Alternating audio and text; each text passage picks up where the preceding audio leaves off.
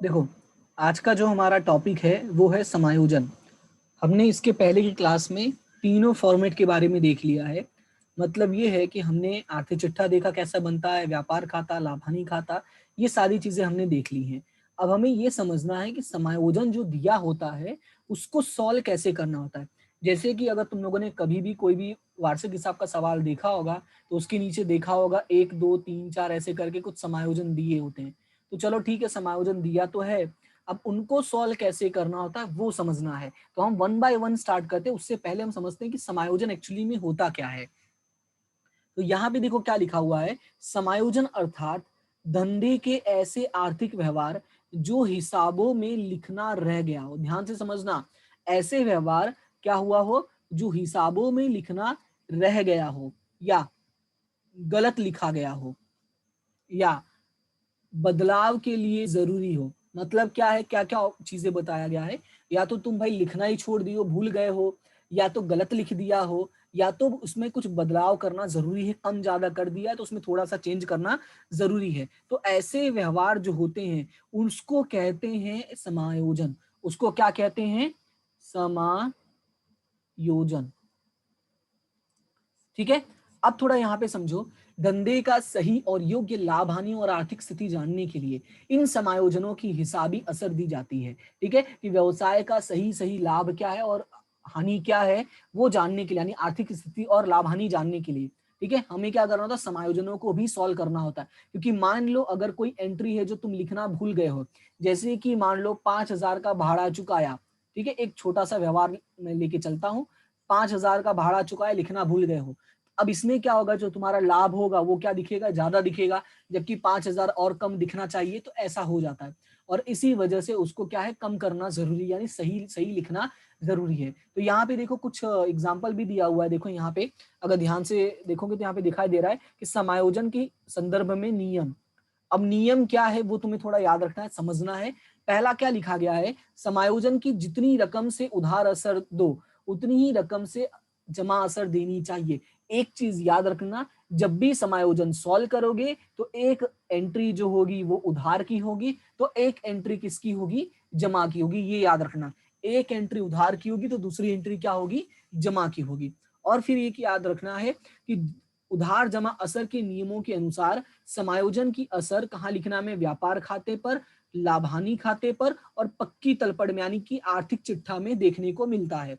तो मैं इसको अगर शॉर्ट में यहाँ पे लिखना चाहूं तो क्या याद रखना है तुम्हें, कि जो भी हमारा समायोजन होगा, ठीक है, उनकी कम से कम कितनी असर होती है, 2 असर होती है। ज्यादा भी हो सकती है, कोई ऐसा व्यवहार आया, एक एक भी हो सकती, तो कहाँ आएगा, कैसा होगा, तो वो मैं तुम्हें समझाऊंगा जब हम आगे सवाल करने जाएंगे। लेकिन बेसिकली याद रखना कि जब भी समायोजन आता है तो उसकी कम से कम कितनी असर होगी, मैक्सिमम में। ठीक है, मैक्सिमम में यही होगा, इसीलिए हम इसी को याद रखते हैं कि जो चीज अधिक से अधिक में यही होती है, फॉलो करना होता हो, वहां पे हमें एक ही नियम याद रखना होता है कि भाई 2 असर होगी। एक असर होगी तुम्हारी उधार तरफ, कहाँ होगी, एक असर उधार तरफ होगी, तो एक असर कहाँ होगी, जमा तरफ होगी। ठीक है, जैसे कि मान लो एक असर गया तुम्हारा व्यापार और लाभ हानि के उधार में, तो दूसरा असर कहाँ जाएगा तुम्हारा, पूंजी दायित्व में। क्योंकि पूंजी दायित्व वाला जो पक्ष होता है, ये मैंने बताया था कि याद रखने के लिए कह सकते हो कि ये क्या होता है, जमा होता है। और दूसरा इसमें याद ये रखना, ये तो पहला हो गया। दूसरा याद ये रखना है कि अगर मान लो कि व्यापार और लाभ हानि में ये जमा हुआ, तो उधार दूसरा कहाँ होगा, तुम्हारा चला जाएगा संपत्ति में। क्योंकि याद होगा मैंने कहा था कि जो संपत्ति होता है बेसिकली वो क्या होता है, हमारा उधार पक्ष का ही होता है। तो ये 2 चीजें याद रखनी है। अभी हम समायोजन जब सॉल्व करेंगे, सवाल करेंगे, तो चीजें और क्लियर होती जाएंगी। तो हम स्टार्ट करते समायोजन, और पहला समायोजन है अंतिम स्टॉक का। पहला समायोजन क्या है, अंतिम स्टॉक का। तो जो मेन मेन पॉइंट है मैं तुम्हें वही समझाऊंगा। अब अंतिम स्टॉक में तुम्हें याद क्या रखना है, अंतिम स्टॉक में याद रखना है, एक मिनट, अंतिम स्टॉक में देखो तुम्हें याद क्या रखना है कि अंतिम स्टॉक की हमेशा 2 एंट्री होगी। ठीक है, एक तो उधार में होगी और एक जमा में होगी। अब सवाल है उधार में और जमा में कहाँ जाएगा, तो याद क्या रखना है कि एक एंट्री होती है संपत्ति लेना में, एक एंट्री कहाँ होगी, संपत्ति लेना पक्ष में, पक्की तलपट के। और पक्की तलपट का जो संपत्ति लेना पक्ष होता है, यानी कि वो कौन सा पक्ष होता है एक्चुअली में, वो होता है तुम्हारा उधार पक्ष। बात समझ में आया। और दूसरा जो असर होगा वो होगा व्यापार खाता के जमा पक्ष में। तो बताइए ये दोनों चीजें क्लियर हुई, इसको याद ही कर लेना है सभी को। तो ये दो चीजें तुम्हें याद रखनी है। पहला क्या याद रखना है भाई, एक असर संपत्ति में जाएगा और दूसरा असर कहां जाएगा, जमा पक्ष में जाएगा। अब जैसे एक छोटा सा यहाँ पे एग्जाम्पल भी लिखा गया है, देखो एग्जाम्पल में क्या लिखा गया है, राजन की सकल तलपट के बाहर तारीख 31/3/15 के दिन 8,000 का स्टॉक दर्शाया है। अब यहाँ पे ध्यान दोगे तो जो तुम्हारा समायोजन वाला सवाल आएगा, तो समायोजन वाले सवाल में क्या लिखा होगा कि भाई अंतिम स्टॉक 8,000 का दर्शाया है, या दर्शाना बाकी है, अंतिम स्टॉक 8,000 का है, ऐसा कुछ भी करके लिखा होगा। अब मैंने कहा इसकी दो असर होती है, कहाँ होती है, एक तो व्यापार खाता के जमा में और एक होगा तुम्हारा संपत्ति पक्ष में। तो देखो यहाँ पे एंट्री कैसे दिखाया है, जैसे देखो यहाँ पे एक छोटा सा व्यापार खाता का फॉर्मेट बनाया है, ठीक है, उम्मीद करता हूँ सबको दिखाई दे रहा है। यहाँ पे देखो कि व्यापार खाता का बनाया है और एक बनाया है पक्की तलपट, यानी कि तुम्हारा आर्थिक चिट्ठा।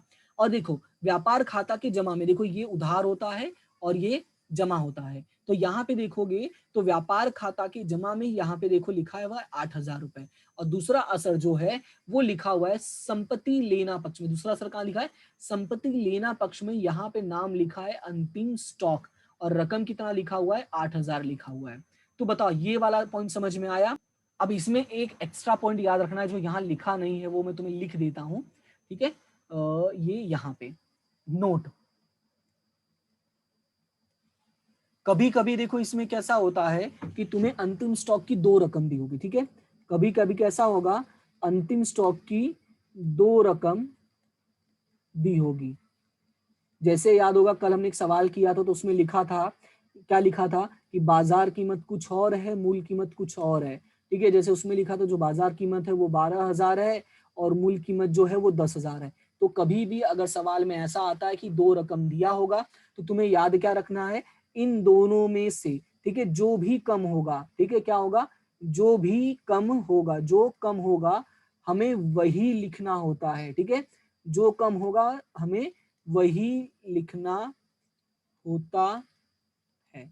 अगर इसका थोड़ा लॉजिक समझना चाहो तो अभी मेन इसमें क्या लिखा है कि बाजार में 12 है, मूल कीमत 10 है। अगर मान लो मैं गलती से 12 लिख देता हूं तो क्या 12 मुझे मिल जाएगा, बिल्कुल भी नहीं। क्या मुझे 12 हमें कहीं से भी बेचने पर मिल सकता है, कोई गारंटी नहीं है। मार्केट में भले 12 है लेकिन हो सकता है कहीं बेचने जाओ तो कम में बेचो। तो इसलिए हम क्या करते हैं, हमेशा हम कम कीमत को ही ध्यान में लेके चलते हैं ताकि कोई गड़बड़ ना हो, ठीक है। तो ये याद रखना, ये इंपॉर्टेंट पॉइंट है। इसको अपने नोटबुक में ऐसे जो बुक होगी उसमें अंतिम स्टॉक के बाजू में ऐसे लिख लेना कि जब दो रकम दी होगी तो हमें याद रखना है कि जो कम होगा, ठीक है, हमें हमेशा वही लिखना होगा। ये ऐसे लिख लेना जैसा मैंने लिखा है, सेम टू सेम में। अब उसके बाद अगला है तुम्हारा नहीं चुकाया खर्च। क्या है अगला, नहीं चुकाया खर्च या चुकाना खर्च का समायोजन। अब इसको देखो कैसे सॉल्व करोगे, तो इसका मैं तुम्हें एक छोटा सा एग्जांपल लेकर चलता हूं, सभी लोग थोड़ा ध्यान से समझना, ठीक है। क्या है, नहीं चुकाया खर्च, इसका मैं छोटा सा एग्जांपल लेकर चलूंगा तो तुम्हें थोड़ा अच्छा लगेगा। मैं पहले इसका लॉजिक तुम्हें समझा देता हूँ क्यों हमें करना होता है नहीं चुकाया, मिलना बाकी, अग्रिम चुकाया, अग्रिम प्राप्त। देखो ये चार चीजें आती हैं, ठीक है। क्या क्या आता है, एक आता है तुम्हारा नहीं चुकाया, ठीक है, दूसरा क्या आता है तुम्हारा मिलना बाकी, ठीक है, फिर एक आता है अग्रिम चुकाया और एक आता है अग्रिम प्राप्त। इस तरह से टोटल कितने पॉइंट होते हैं, 4 पॉइंट होते हैं। अब इन चारों का मकसद क्या होता है, हम जब भी व्यवसाय करते हैं तो एक चीज याद रखना, हमें व्यवसाय की सही सही कीमत जाननी होती है। हमें क्या होती है, हमें व्यवसाय की सही सही कीमत कहूं या हमें व्यवसाय का सही सही लाभ जानना होता है। जैसे एक छोटा सा मैं एग्जांपल देता हूं, मान लो तुम घर से 100 रुपए लेकर निकले, ठीक है, मान लो तुम घर से 100 रुपए लेकर निकले। देखो जो मैंने एग्जांपल दिया इसको ही हम लेके चलते हैं कि मान लो कि तुम्हें मम्मी ने 100 रुपए दिया, ठीक है, कितने रुपए दिया तुम्हें मम्मी ने, 100 रुपए दिया। मम्मी कहती है कि जाओ बेटा मार्केट, कहाँ जाओ, मार्केट जाओ। तो तुम चले गए मार्केट और मम्मी ने बोला भाई सब्जियां लेकर आना है, और तुम गए वहां से मार्केट से सब्जियां लाने के लिए। जिस दुकान पे से या जिस लारी पर से तुमने सब्जी लिया उसके पास से तुमने सब्जी लिया 90 रुपए का। कितने रुपए का सब्जी लिया, 90 रुपए का। लेकिन अब प्रॉब्लम क्या हुआ कि जब तुमने उसको 100 रुपए दिया, ठीक है, तो उसने क्या बोला, भैया आज छुट्टे नहीं है, जब कल आना तब ले लेना। अब ध्यान से समझो, तुमने उसको कितने रुपए दिए, तुमने उसको दिए 100 रुपए, लेकिन जो खर्च हुआ था यानी जो सामान या बिल बना था वो कितने का बना था, 90 रुपए का ही बना था। लेकिन जब तुमने उसको 100 रुपए दिया तो नियम अनुसार भाई सही से उसको 10 रुपए वापस करना चाहिए था। उसे क्या करना चाहिए था, 10 रुपए वापस करना चाहिए था, लेकिन उसने वापस नहीं किया। उसने ये कहा कि जब कल तुम सामान लेने आना तो भाई 10 रुपए ले लेना, या जब तुम नेक्स्ट टाइम आना तो 10 रुपए कम देना, ऐसा उसने तुम्हें बोल के घर भेज दिया। अब जब तुम घर पर पहुंचे तो मम्मी आई, पूछी कि भाई सामान कितने का लिए, तो तुम क्या बताओगे, तुम 90 बताओगे या 100 बताओगे।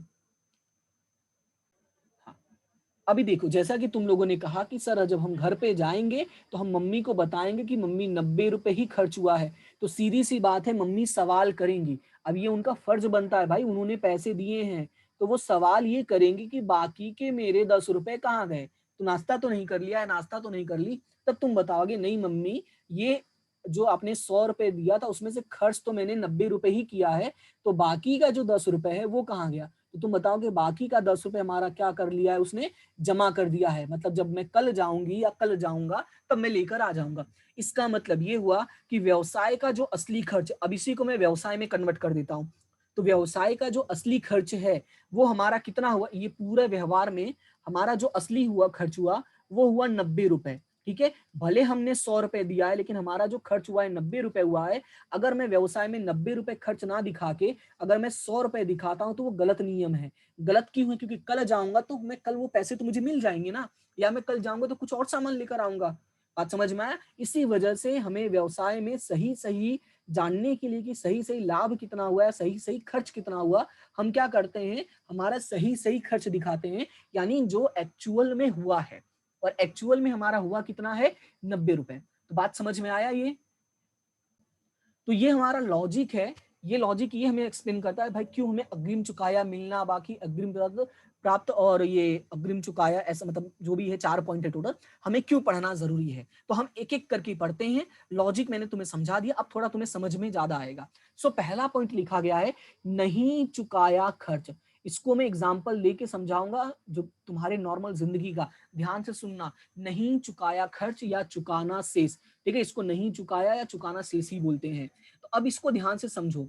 जैसे कि एक सिंपल सा मैं एग्जांपल देता हूं कि मम्मी ने तुम्हें सुबह भेजा था। ठीक है, मम्मी ने तुम्हें सुबह 20 रुपए लेके भेजा और बोला जाओ दूध और बिस्किट लेके आ जाओ। तुम गए दूध और बिस्किट लाने के लिए। ठीक है, दूध प्लस तुम बिस्किट लाने के लिए गए। अब प्रॉब्लम ये हो गया, जो दूध है वो आता है 12 रुपए का और जो बिस्किट आता है वो आता है 10 रुपए का। तो टोटल जो खर्चा हो गया वो कितना हो गया, 22 रुपए। लेकिन मम्मी ने तुम्हें कितना दिया था, 20 रुपए दिया था। अब ध्यान से समझना, तुम्हारा खर्चा कितना हो गया, 22 रुपए, लेकिन मम्मी ने तुम्हें कितना दिया था, 20 रुपए दिया था। तो प्रॉब्लम ये है, तुम दुकान वाले को क्या बोलोगे कि भैया 20 रुपए अभी रख लो, मैं 2 रुपए बाद में आके दे दूंगा, 2 रुपए मैं बाद में आके दे दूंगा। अब मेरा सवाल ये है कि जब तुम घर पर जाओगे, ठीक है, यानी जब मम्मी के पास जाओगे सामान लेके, तो मम्मी को कितना खर्च बताओगे, 20 रुपए बताओगे या 22 रुपए बताओगे, मेरा बस ये सवाल है। तो अब इसमें ये पॉइंट है कि हम घर पे जाएंगे तो मम्मी को बोलेंगे कि भाई मम्मी टोटल जो हमारा खर्चा हो गया वो हो गया 22 रुपए, लेकिन हमने तो चुकाया 20 ही रुपए है। तो हम कैसे बताएंगे मम्मी को, हम मम्मी को ये बताएंगे कि मम्मी आपने दिया तो था 20 रुपए, लेकिन उसमें 2 रुपए का और हो गया है जो हमारा क्या है, चुकाना बाकी है। ठीक है, या नहीं चुकाया या चुकाना शेष। ठीक है, कुछ भी करके, और इस तरह से हम टोटल खर्चा कितना दिखा देंगे, 22 रुपए दिखा देंगे। और यही नियम हमें अकाउंट में इस्तेमाल करना पड़ता है। तो अभी इसका देखो दो असर कैसे होगा। अब इसका दो असर कैसे दिखाओगे, तो अगर ध्यान से देखोगे तो एक असर इधर दिया है, एक असर इधर दिया है। पहले में लिखा है या तो व्यापार खाता या तो लाभानी खाता में हम क्या करेंगे, जो हमारा खर्च होगा, और खर्च हम हमेशा कहाँ लिखते हैं, उधार पक्ष में लिखते हैं, और उधार पक्ष में जाएंगे, जो भी हमारा खर्च होगा उसमें हम क्या कर देंगे, जोड़ेंगे। ध्यान से समझना, मैंने देखो क्या किया, मैंने 20 रुपए लिखा था, उसमें मैंने क्या किया, 2 रुपए जोड़ दिया, क्योंकि मुझे खर्च अपना कितना करना था, 22 रुपए करना था। तो जाकर उसमें क्या कर दोगे, जोड़ दोगे। ये हो गया पहला असर। अब देखो इधर उधार में किया, अब ध्यान से समझो, याद कैसे रखोगे, अगर इसका इधर तुमने उधार में लिखा है, याद रखना, अगर इधर तुमने उधार में लिखा है तो जो इधर एंट्री जाएगी, ठीक है, अगर तुमने इधर उधार में लिखा है तो जो इधर एंट्री जाएगी वो तुम्हारी जाएगी जमा तरफ। अब सवाल है कि जमा तरफ मतलब किधर, तो जमा तरफ का मतलब होगा कि हमेशा इधर जाएगी पूंजी दायित्व पक्ष में, क्योंकि जो हमारा पूंजी दायित्व होता है वो हमारा जमा के एक बराबर होता है। तो बताओ ये पॉइंट क्लियर हुआ। जैसे देखो यहाँ पे एक छोटा सा एग्जांपल दिया, मैं एग्जांपल भी बता देता हूँ। जैसे एग्जांपल में लिखा है कि महेश की तारीख 31/3/2015 के दिन की सकल तलपट, वो तुम्हें दिया होगा सवाल में दिखा रहता है। अब नीचे एक समायोजन दिया है, ठीक है, सकल तलपट है और तुम्हें एक समायोजन दिया है। समायोजन में लिखा है भाई चुकाना शेष किराया कर, किराया कर कितना चुकाना शेष है, 1000 रुपए, ठीक है। अब इसको तुम कैसे लिखोगे, सबसे पहले देखो क्या है, ये किराया और कर है। अब किराया और कर कहाँ लिखते हैं, तो तुम्हें पता होना चाहिए कि जो किराया और कर होगा ये कहाँ जाएगा, लाभ हानि में। मैंने कहा था खरीदी से जुड़े हुए खर्चे जो होते हैं वो तुम्हारे जाते हैं व्यापार में, तो बाकी का जो खर्चा वो कहाँ जाता है, तुम्हारे लाभ हानि में। तो हम क्या करेंगे, हम चलेंगे लाभ हानि में। तो यहाँ पे देखो इन्होंने बनाया है लाभ हानि खाता, क्या बनाया है, लाभ हानि खाता। और लाभ हानि खाते में लिखा किराया कर 11,000 रुपए जो तुम्हारा दिया हुआ था। यहाँ पे देखो, यहाँ पे 11,000 रुपए दिया हुआ था, वो 11,000 रुपए उसमें लिखा। फिर बोला 1,000 चुकाना बाकी है, तो इसमें क्या किया, प्लस किया और लिख दिया 1,000 चुकाना शेष, और इस तरह से 1,000 लिख के टोटल कर दिया, टोटल कितना आ गया, 12,000। इसका मतलब जो असली खर्च हुआ था वो कितना हुआ था, 12,000 का हुआ था। तो इस तरह से दिखा दिया। अब ये देखो कौन से पक्ष में लिखा है तुमने, ये उधार पक्ष में लिखा है। तो मैंने कहा क्या कहा कि अगर एक एंट्री उधार में आएगी तो दूसरी एंट्री कहाँ जाएगी, जमा में। अब सवाल ये है कि जो हमारा पक्की तलपट होता है यानी कि आर्थिक चिट्ठा होता है, इसका जमा पक्ष कौन सा होता है, इसका जमा पक्ष होता है पूंजी दायित्व, ये याद रखना थोड़ा, ठीक है। तो हम क्या करेंगे, पूंजी दायित्व में जाएंगे, लिखेंगे चुकाना शेष किराया कर और रकम लिख देंगे 1,000 रुपए। याद रखना है कि जितना बाकी है, ठीक है, याद रखना कि जितना चुकाना बाकी होता है, जितना चुकाना बाकी होगा हमें उतना ही लिखना होता है, ठीक है, हमें पूरा नहीं लिखना होगा। जितना चुकाना बाकी, मिलना बाकी या अग्रिम चुकाया या अग्रिम प्राप्त होगा, बस हमें उतना ही लिखना होगा। जैसे इसमें 1,000 रुपए है, तो ये भाई थोड़ा सा सब लोग याद रखोगे। अब उसके बाद अगला आया अग्रिम चुकाया खर्च। अगला क्या आया है, अग्रिम चुकाया खर्च। सेम एग्जाम्पल को लेकर मैं चलता हूं। दुकान पर गए, लेकिन आज तुम दुकान पे 30 रुपए लेकर गए थे। कितने रुपए लेकर गए थे आज तुम, 30 रुपए। इसको थोड़ा ध्यान से समझना। आज दुकान पर गए और आज दुकान पे तुम लेकर गए थे 30 रुपए। यार एक मिनट, हाँ हाँ, तुम दुकान पर लेकर गए थे 30 रुपए। अब प्रॉब्लम ये हुआ कि जब तुम 30 रुपए लेकर गए तो सेम चीज हुआ, थोड़ा मम्मी सामान लाने के लिए बोली थी, तो वही दूध और बिस्किट की बात करते हैं। तो जो दूध आता है तुम्हारा वो आता है 12 रुपए का, और जो बिस्किट आता है वो आता है 10 रुपए का। अब टोटल जो खर्चा हुआ वो हुआ 22 रुपए।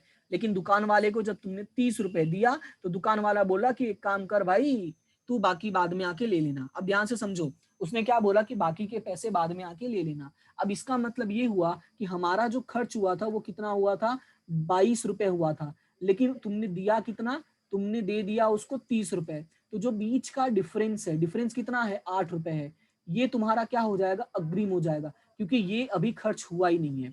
बात समझ में आया। अब घर पे जाते हो तो तुम मम्मी को कितना बताओगे, 22 बताओगे या 30 बताओगे, बोलो।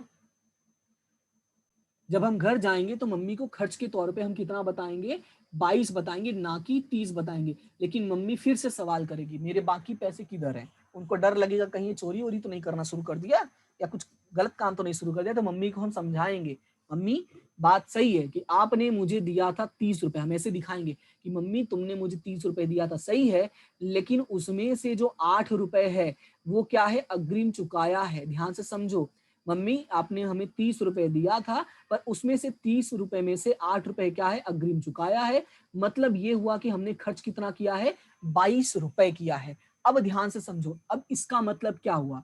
अब देखो, अब यहाँ पे हमें क्या करना है, घटाना है, ठीक है। यहाँ पे अगर ध्यान से देखो तो हमने क्या किया है, घटाया है। तो अब इसमें कैसे करोगे, थोड़ा इधर ध्यान देना।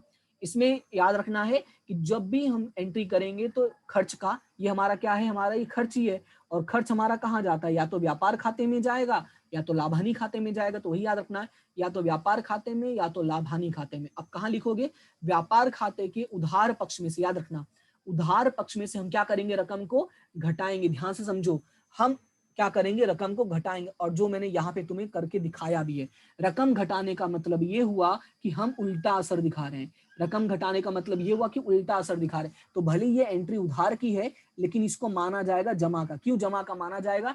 क्योंकि ये क्या है, उल्टा असर हो रहा है। हम रकम क्या कर रहे हैं, घटा रहे हैं। तो एक चीज याद रखना, जब तुम रकम जोड़ते हो वो सीधा असर होता है, जब तुम रकम घटाते हो तो वो क्या होता है, उल्टा असर होता है। तो हम भले एंट्री उधार में कर रहे हैं, ठीक है, हम भले एंट्री उधार में कर रहे हैं, लेकिन वो असर कौन सी हो जाएगी, जमा की हो जाएगी। मतलब ये हुआ कि व्यापार और लाभानी में से हम क्या करेंगे, सबसे पहले घटाएंगे, और दूसरा जो असर है वो हमारा चला जाएगा संपत्ति लेना पक्ष में। दूसरा असर कहाँ चला जाएगा हमारा, संपत्ति लेना पक्ष में। क्लियर है इतना? या ऐसे तुम याद रख सकते हो, या तो ये जमा उधार वाले से याद रखो, या तो दूसरा तरीका क्या है वो समझो। ये जो 8 रुपए है ये किसका है, ये 8 रुपए हमारा है। किसका है ये 8 रुपए, ये 8 रुपए हमारा है। और याद होगा मैंने जब आधी चिट्टा का बताया था फॉर्मेट, तो मैंने कहा था कि जो चीज हमारा होता है वो हमेशा क्या होगा, उधार होगा। जो चीज हमारा होता है वो हमेशा क्या होगा, उधार होगा। और ये 8 रुपए हमारा है, भले दुकान वाले के पास है, लेकिन ये पैसे हमारे हैं। और जब हमारा है तो हमारा मतलब उधार होगा। तो बताओ ये सभी को क्लियर हुआ? ओके, तो जो मैंने एग्जांपल बताया इसको याद रखो, और किताब वाला एग्जांपल तुम एक बार खुद प्रैक्टिस कर लेना। हम आगे बढ़ते हैं। अब अगला है मिलनी शेष आय। अगला क्या है, मिलनी शेष आय। अब इसके लिए हम क्या करते हैं, एक एग्जांपल लेते हैं और चलते हैं बाजू वाले पेज पे। देखो यहाँ पे मैं दोनों एक साथ समझा देता हूं। ये जो आय होता है, ठीक है, जो आय होता है इसमें दो चीजें होती हैं। एक मिलना शेष, एक क्या होता है, मिलना शेष। ध्यान देना इसको, हाँ, एक होता है मिलना शेष और एक होता है अग्रिम प्राप्त। अब इसका मैं जो एग्जांपल दूंगा उसको ध्यान से समझना। अब मान लो कि मेरी एक दुकान है, ठीक है, या तुम अपनी दुकान मान लो, मैं मेरी मान लेता हूं, तुम अपनी मान लो, कोई दिक्कत नहीं है उसमें। अब मान लो कि मेरी एक दुकान है, और उस दुकान में मैं आज बैठा था, पापा नहीं काम कर रहे थे, पापा बोले बेटा आज तू बैठ जा, मेरी थोड़ी तबीयत नहीं ठीक है, या मैं बाहर जा रहा हूँ, ऐसा कुछ भी पापा ने बोला और चले गए। अब मैं बैठ गया दुकान में, ठीक है। अब मैं जब दुकान में बैठा तो एक ग्राहक आया, ध्यान से समझना, एक ग्राहक आया और उसने सामान खरीदा 25 रुपए का, ठीक है। कितने रुपए का सामान खरीदा उसने, 25 रुपए का। लेकिन उस ग्राहक ने मुझे कितने, एक मिनट, ये एग्जांपल मैं इधर लिखता हूं, ठीक है। हमने उसको सामान बेचा 25 रुपए का, लेकिन उस ग्राहक ने मुझे 30 रुपए दिए। कितने रुपए दिए उसने, 30 रुपए दिया। लेकिन प्रॉब्लम ये था कि मुझे छुट्टा दिखा नहीं, तो मैंने उस ग्राहक को बोला कि भाई कल आके पैसे ले लेना। उसने बोला कोई बात नहीं, वो चला गया। अब ध्यान से समझो, हमने सामान कितने का बेचा, हमने सामान बेचा 25 रुपए का, हमको सामान पैसे मिले कितने, 30 रुपए। तो यहाँ पे दिया के नीचे मैं लिख देता हूँ कि मिला, ताकि तुम्हें पता रहे कि ये पैसा हमको मिला है। हमको पैसे कितने मिले, 30 रुपए मिले। अब मेरा सवाल ये है कि जब पापा आएंगे मेरे, तो वो क्या देखेंगे, वो देखेंगे कि भाई 30 रुपए का सामान बेच दिया तुरंत, जैसे मान लो 2 मिनट के अंदर आ गए। लेकिन असलियत में हमने सामान कितने का बेचा है, कोई मुझे बताएगा? मतलब ये हुआ कि हमने असलियत में सामान तो 25 का बेचा है। तो जब पापा आएंगे पूछेंगे कि सामान वाह 30 का बेच दिया, तो मैं क्या बोलूंगा उनका, नहीं पापा 25 का ही बेचा है। तो बोलेंगे हैं 25 का ही बेचा? तब मैं उनको समझाऊंगा। अब मैं उनको कैसे समझाऊंगा, देखो कि पापा 30 रुपए की आय हुई है, बात सही है, लेकिन इस 30 रुपए में से जो 5 रुपए है वो क्या है, अग्रिम प्राप्त है। तो यहाँ पे मैं उसको क्या कर दूंगा, मैं माइनस करके दिखाऊंगा। क्यों मैं माइनस कर रहा हूं, ध्यान से समझना, क्यों मैं माइनस कर रहा हूं, क्योंकि ये पैसा मेरा नहीं है, ये पैसा उस ग्राहक का है, उसने पहले ही दे दिया है। इसका मतलब ये हुआ कि जो मेरी आय हुई वो कितनी हुई, सिर्फ 25 रुपए की हुई। अब ध्यान से समझना, मेरी आय कितनी हुई, सिर्फ 25 रुपए की हुई। अब इसकी एंट्री कैसे करोगे, तो इसकी एंट्री देखो कैसे होगी। इसकी एंट्री दो जगह होगी, जैसा मैंने कहा, या तो तुम्हारा जाएगा व्यापार में, या तो तुम्हारा जाएगा लाभ हानि में। अब ध्यान से समझो, अब इसको याद रखना है कि आय की एंट्री कहाँ होती है। तो आय हमेशा कहाँ जाता है, जमा पक्ष में जाता है, चाहे दोनों कोई भी हो, चाहे व्यापार हो चाहे लाभ हानि हो, तो इनके कहाँ जाएगा, जमा पक्ष में जाएगा। ठीक है। अब ध्यान से समझो, ये अग्रिम प्राप्त है, जो चीज तुम्हारा नहीं है उसको तुम क्या करोगे, घटाओगे। तो व्यापार या लाभ हानि खाते के जमा पक्ष में इसको तुम क्या करोगे, घटाओगे। उल्टा कर रहे हो, ध्यान से समझना, तुमने क्या किया, घटा रहे हो, उल्टा कर रहे हो। और उल्टा करने का मतलब ये हुआ कि एंट्री तुम्हारी एक्चुअली में कौन सी हो गई है, तुम्हारी ये एंट्री उधार की हो गई है। अब ध्यान से समझना, तो इसका मतलब ये हुआ कि कि जब तुम अग्रिम प्राप्त क्या करोगे, यहाँ पे घटाओगे, तो दूसरी जो एंट्री है वो तुम्हारा चला जाएगा पूंजी दायित्व पक्ष में। दूसरा एंट्री कहाँ चला जाएगा? पूंजी दायित्व पक्ष में। अब इसको देखो याद कैसे रखोगे, मैं वापस एक्सप्लेन करता हूँ, ध्यान से सुनना। मैंने क्या किया, ये जो 30 रुपए की आय हुई थी, ठीक है, वो मैंने लिखा पहले तो व्यापार या लाभानी के जमा पक्ष में। ध्यान से समझना, पहले मैंने कहा लिखा उसको, व्यापार या लाभानी के जमा पक्ष में। लेकिन प्रॉब्लम ये था अग्रिम प्राप्त। ये क्या था? अग्रिम प्राप्त था। तो अग्रिम प्राप्त को हमें क्या करना होता है? घटाना होता है। तो हमने क्या किया? घटाया। देखो एंट्री मैंने जमा में किया, लेकिन रकम मैंने क्या किया? घटाया है। मतलब एक तरह से हमने क्या किया है? उल्टा किया है। और मैंने क्या कहा? उल्टा करने का मतलब होता है कि जमा के बदले तुम क्या कर रहे हो? उधार कर रहे हो। भले एंट्री हमने जमा में की है, लेकिन एक्चुअल में हम क्या कर रहे हैं? उधार कर रहे हैं। मतलब ये हुआ कि एक असर तुम्हारा उधार का हो गया है। तो जो दूसरा असर होगा वो क्या होगा? तो जो दूसरा असर होगा वो होगा तुम्हारा जमा का। अब जमा का दूसरा असर कहाँ होता है? मैंने कहा कि सीधा की सीधा हमारा जाएगा आर्थिक चिट्ठे में। तो आर्थिक चिट्ठे में जमा मतलब पूंजी दायित्व। तो बताओ ये सभी को क्लियर हो गया? अभी देखो मिलना शेष। अब सेम ही एग्जांपल लेके चलते हैं कि तुमने सामान बेचा 25 रुपए का, लेकिन सामने वाले ने दिए सिर्फ 20 रुपए। याद रखना, सामने वाले से कितना मिला तुम्हें? सिर्फ 20 रुपए मिला। तुमने सामान कितने का बेचा? उसको 25 का बेचा। अब जब पापा आएंगे देखेंगे 20 रुपए, बोलेंगे बस 20 का ही सामान बेचा, तो तुम बोलोगे नहीं पापा 20 का नहीं बेचा, हमने 25 का बेचा। तो गुस्सा करेंगे, बाकी का 5 रुपए कहाँ गया? खुआ दिया क्या तुमने? तो तुम क्या बताओगे? नहीं पापा, एक्चुअली में जो आय हुई है मेरी वो 20 की हुई है, ऐसा आपको दिख रहा है, लेकिन है नहीं ऐसा। एक्चुअली में आय कितनी हुई? मेरी 25 की हुई। तो तुम क्या करोगे? 20 रुपए लिखोगे, प्लस करोगे 5 रुपए यहाँ पे ऐसे, और इस तरह से पापा को बताओगे पापा टोटल हमारी आय कितनी हुई है? 5 रुपए की हुई है। अब ध्यान से समझो, हमने इसमें क्या किया? हमने क्या किया कि जो मिलना शेष था हमने उसको क्या कर दिया है? प्लस कर दिया है। तो तुम्हें याद क्या रखना है? तुम्हें याद ये रखना है कि जो हमारा मिलना शेष होता है, मैं यहाँ पे ही लिख देता हूँ, ठीक है, कहीं और जाने की जरूरत नहीं है, यहाँ पे लिख देता हूँ मैं, कि जो हमारा मिलना शेष होता है उसकी जो पहली असर होगी वो व्यापार या लाभ हानि के जमा में जाएगी। अब ध्यान से समझना, अब जमा में जाएगी, हमने यहाँ पे क्या किया? प्लस किया। तो मैंने क्या कहा? जो चीज जैसा, अगर किसी चीज को तुम किसी में प्लस कर रहे हो, मतलब जो जैसा है तुम वैसा ही कर रहे हो। तो ये पहले भी जमा था, अब भी तुम क्या कर रहे हो? एक्चुअली में इसको जमा ही कर रहे हो। क्यों जमा कर रहे हो? क्योंकि यहाँ पे हमने क्या कहा? प्लस करें। तो एक एंट्री तो हो गई जमा की, तो दूसरी एंट्री क्या होगी? ये हो गई हमारी पहली एंट्री। तो दूसरी एंट्री क्या होगी? अगर ये ध्यान से समझना, अगर हमारी जो पहली एंट्री है, पहली एंट्री अगर हमारी जमा में हुई है, तो मैंने क्या कहा था कि जो दूसरी एंट्री होगी वो कहां पर होगी? उधार में होगी। अब सवाल है किसके उधार में होगी? तो सीधी सी बात है, हमारा आर्थिक चिट्टे के उधार में। और आर्थिक चिट्टे का उधार का मतलब क्या होता है? संपत्ति होता है। या ऐसा याद रखो, जो चीज तुम्हारा है वो क्या होगा? हमेशा उधार होगा। और ये 5 रुपए एक्चुअली किसका है? वो तुम्हारा है, ठीक है। और सेम उसी तरह से ये अग्रिम प्राप्त का, तो इसका भी मैं यहाँ पे लिख देता हूँ। तो याद रखना है कि या तो व्यापार में जाएगा, या तो तुम्हारा जाएगा लाभ हानि में। और आय है तो आय का मतलब हमेशा याद रखना एंट्री जमा में ही जाएगा। लेकिन ये अग्रिम प्राप्त है, तो जब भी अग्रिम प्राप्त आएगा तुम क्या करोगे? उसको जमा में से उसको क्या कर दोगे? घटाओगे। तो ये घटाओ को मैं थोड़ा ढंग से लिख देता हूं, इसको क्या करोगे? तुम घटाओगे। और घटाओ का मतलब ये हुआ कि एक्चुअली में तुम जमा नहीं करके तुम उसको क्या कर रहे हो? उधार कर रहे हो। तो पहला असर तो भाई तुम्हारा हो गया उधार का, तो दूसरा असर क्या होगा? तो ये था पहला असर और ये है दूसरा असर। तो दूसरा असर याद रखना, अगर यहाँ उधार हुआ है तो दूसरा असर एंट्री जाएगा जमा में। तो जमा का मतलब हो जाएगा तुम्हारा पूंजी दायित्व में, ठीक है। तो इसको याद रखना शॉर्ट में। क्लियर है? लॉजिक सभी को समझ में आ गया है? अब तुम्हारा काम क्या है कि जो बुक में तुम्हें एग्जाम्पल दिया है उसको थोड़ा प्रैक्टिस कर लेना, ताकि तुम्हें और भी क्लियर हो जाए। मैंने अपनी तरफ से भी कोशिश की कि मैं तुम्हें एग्जाम्पल दे के रियल लाइफ का समझाने की कोशिश करूं।